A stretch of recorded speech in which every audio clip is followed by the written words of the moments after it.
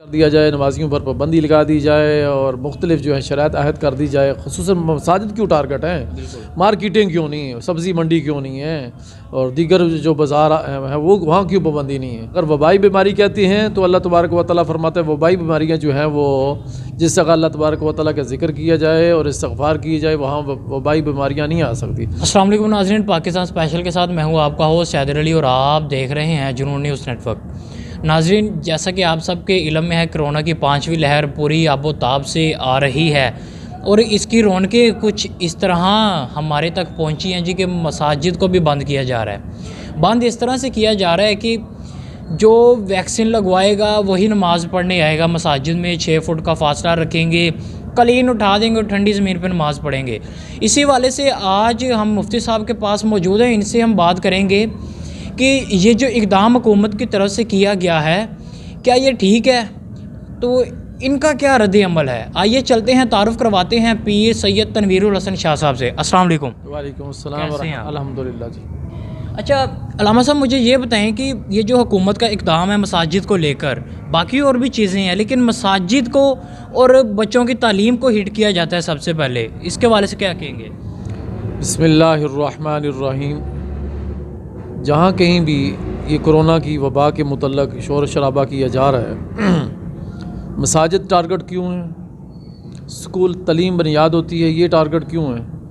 اصل میں جو اسلام نے ایک تعلیم اور مساجد کے ساتھ تعلق قائم کرنے کا حکم فرمایا ہے نا جی، اطلب العلم من المہد الی اللحد، علم حاصل کرو ماں کی گود سے لے کر قبر تک.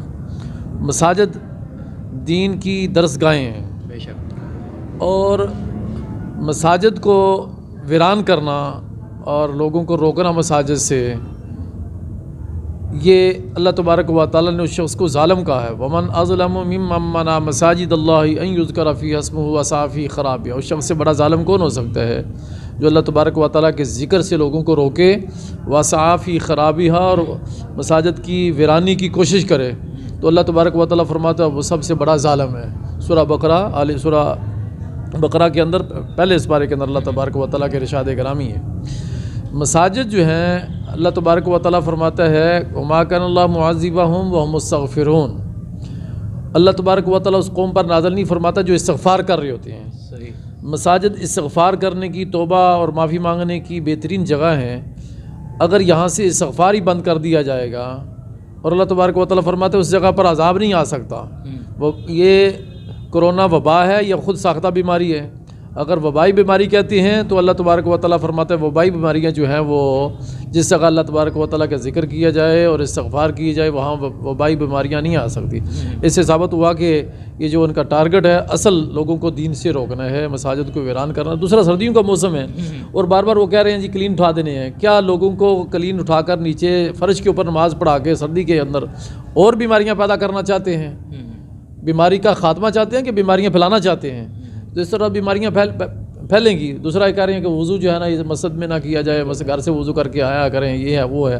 اور گھر کے اندر گیس لوگوں کی نہیں آ رہی، مساجد میں پھر بھی لوگ جو ہے نا اتاون کرتے ہیں، گیس چل جاتی ہے یا ہیٹر چلا لیتے ہیں. تو یہاں تو سکون ہے، پرسکون جگہ ہے. مساجد میں سکون نہیں آنا تو کہاں آنا ہے؟ مساجد سے لوگوں کو دور کرنا یہ مساجد کو ویران کرنے کی کوشش ہے. ہم اس کی پرزور مذمت کرتے ہیں اور یہ گورنمنٹ کا جو اقدام ہے یہ ظالمانہ ہے اور نظریہ پاکستان کے خلاف ہے. پاکستان کا نظریہ کیا ہے؟ پاکستان کا مطلب کیا؟ لا الہ الا اللہ محمد رسول اللہ. ہاں جی، پاکستان جب ہمارے کابرین نے بنایا تھا تو اس وقت یہی ان کا نعرہ تھا. پاکستان کا مطلب کیا؟ لا الہ الا اللہ محمد رسول اللہ. اگر مساجد سے دور کرنا ہے تو پھر پاکستان بنانے کا مقصد کیا تھا؟ نظریہ پاکستان کی مخالف اقدام کر رہے ہیں. تو ہم جو اقدام کر رہے ہیں ان کی مذمت کرتے ہیں اور ان کے ظالمانہ جو ہے نا وہ سسٹم پر ہم جو ہے نا وہ ان کو مذمت ان کی کرتے ہیں. اچھا علامہ صاحب، چلیں ٹھیک ہے، مان لیتے ہیں کہ کرونا کی 5ویں لہر ہے اور کرونا وائرس بالکل موجود ہے، یہ وبا ہے جو بھی ہے. اگر ہو رہی ہے، آپ کیا کہنا چاہتے ہیں، کیا مشورہ دینا چاہتے ہیں کہ مساجد کے حوالے سے جو SOPs رکھے گئے ہیں اس میں کیا چینجنگ کی جائے؟ اور مفتی یعنی کہ مفتی حضرات سے انہوں نے نہیں پوچھا، ان کے ساتھ بیٹھ کر اگر SOPs کو یعنی کہ بنایا جائے مساجد کے حوالے سے، تو اس حوالے سے کیا کہیں گے؟ جو علماء برحق ہیں وہ تو کبھی بھی مساجد کو ویران کرنے کے حق میں نہیں ہے کہ مساجد کو ویران کر دیا جائے، نمازیوں پر پابندی لگا دی جائے اور مختلف جو ہے شرائط عائد کر دی جائے. خصوصاً مساجد کیوں ٹارگٹ ہیں؟ مارکیٹنگ کیوں نہیں ہے؟ سبزی منڈی کیوں نہیں ہے؟ اور دیگر جو بازار ہیں وہ وہاں کیوں پابندی نہیں ہے؟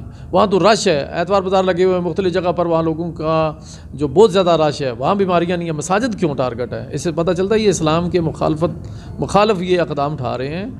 جی لیکن انشاءاللہ تعالیٰ قرآن پاک میں اللہ تعالیٰ کے ارشاد علیہ یظہرہ علی الدین کلہ، اس دین نے تمام دینوں پر غالب آ کر رہنا، جتنی مرضی یہ کوششیں کرتے رہے. بے شک جی. ناظرین، آج ہمارے ساتھ پیر سید تنویر الحسن شاہ صاحب موجود تھے، اور جیسا کہ مساجد کے حوالے سے حکومت کی طرف سے کل اعلان بھی کر دیا جا چکا ہے کہ جو SOPs ان کی طرف سے بنائے گئے ہیں، اس کے حوالے سے ہمارے علماء کرام کا کیا کہنا ہے وہ بھی آپ نے سن لیا ہوگا. اسی کے ساتھ مجھے میری ٹیم کو دیجیے اجازت. اللہ حافظ.